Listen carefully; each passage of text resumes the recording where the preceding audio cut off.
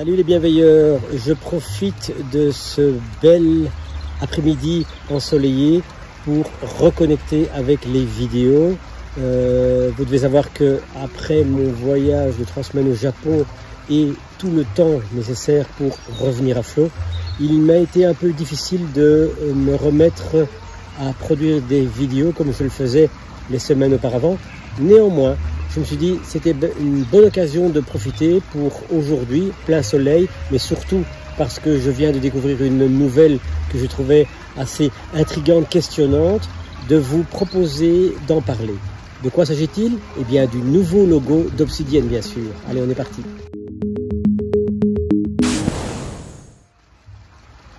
Voilà donc, on est dans cette vidéo qui est dans un autre cadre et qui a pour objectif de vous parler de ce nouvel icône, de ce nouveau logo que l'équipe d'Obsidian a choisi.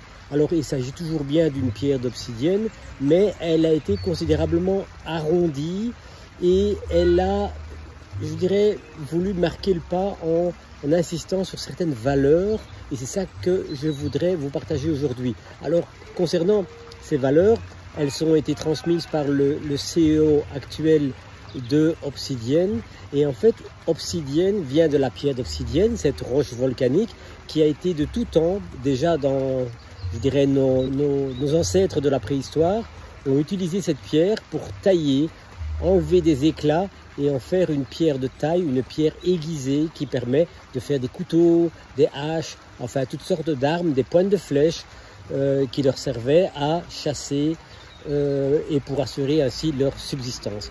Alors en fait, la comparaison qu'ils font, la métaphore qu'ils font, c'est que cette pierre d'obsidienne qui était ronde et dont on fait voler les éclats pour avoir des côtés tranchants, a cette dynamique qu'on retrouve avec l'information.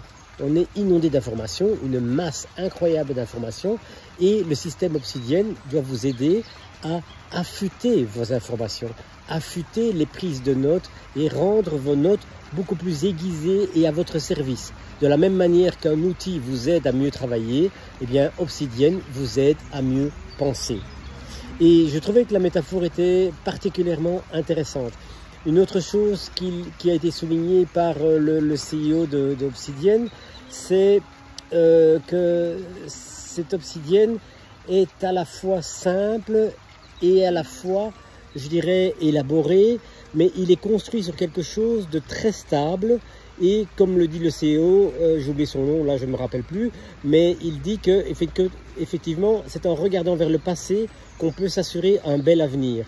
Et donc si on veut que vos notes que vous prenez dans Obsidian survivent et avancent et persistent dans le temps, rien de tel que la solution Obsidian, parce que vos notes sont notées au fichier texte, en fichier texte, et les fichiers texte qui sont lisibles, si vous avez encore un ordinateur des années 60, ce qui m'étonnerait, un ordinateur des années 60 est capable de le lire, et donc ça permet de penser qu'un ordinateur de l'année 2060 va permettre de le lire également, voire plus tard si c'est possible.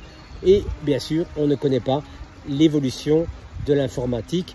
Quand on voit à quelle vitesse elle se transforme, on peut se poser des questions, mais une chose est sûre, le fichier texte est la solution la plus simple, la plus stable pour persister, pour traverser les temps et être toujours à votre disposition.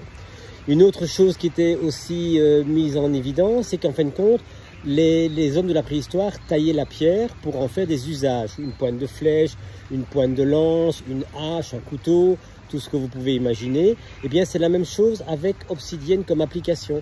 C'est une application qui est taillable sur mesure. Vous avez un ensemble ouvert de plugins qui vous permettent d'ajouter ou d'enlever des fonctionnalités en fonction de votre usage. Le but étant d'adapter l'outil à votre usage et pas d'adapter votre usage à l'outil. Je trouvais que la métaphore était pas mal intéressante, et c'est ce qui fait que j'ai pu passer le cap de cette première, je dirais, répulsion. On prend vite des habitudes. En fait, quand on regarde, je dirais, le logo d'Obsidian, ça représente véritablement l'application, une application pour laquelle moi personnellement j'ai beaucoup d'affection parce qu'elle est précieuse. Et donc ici, il m'a fallu un petit temps, quelques heures, pas plus, pour m'adapter, parce que ce logo ancien, l'ancien logo, avait une valeur affective parce que c'est sur lui que je projetais tout ce que j'appréciais dans l'application Obsidian. On a donc maintenant quelque chose de nouveau auquel nos yeux doivent s'habituer et je ne doute pas que ça va arriver. Une autre chose que a annoncé le CEO, c'est que en fin de compte, on ne doit pas se braquer sur la solution. Si on regarde que les fichiers texte sont facilement lisibles, il ne faut pas non plus que l'image soit trop complexe. C'est ainsi qu'en fin de compte, le logo, ils l'ont conçu pour que la forme soit reconnaissable et cela, même si vous changez la couleur. D'ailleurs, je mettrai en description un lien vers une page où vous pourrez changer la couleur de fond ou changer la couleur de l'avant-scène, du dessin de l'Obsidian même, et pour mieux l'assortir à la palette de couleurs de votre site, par exemple. Voilà, c'est ce que je voulais vous partager. Je ne pouvais pas rester indifférent à ce changement de logo parce que je trouve que c'est considérable. C'est vraiment une question d'image et c'est la première chose qui nous fait vibrer quand on rencontre quelque chose. Comme on dit tout le temps, on n'a jamais deux fois l'occasion de faire une première bonne impression. Voilà, j'espère qu'avec ça, je vais redémarrer la machine pour refaire des vidéos régulièrement. Je vous salue et faites de bonnes expériences avec votre application Obsidian. Ciao!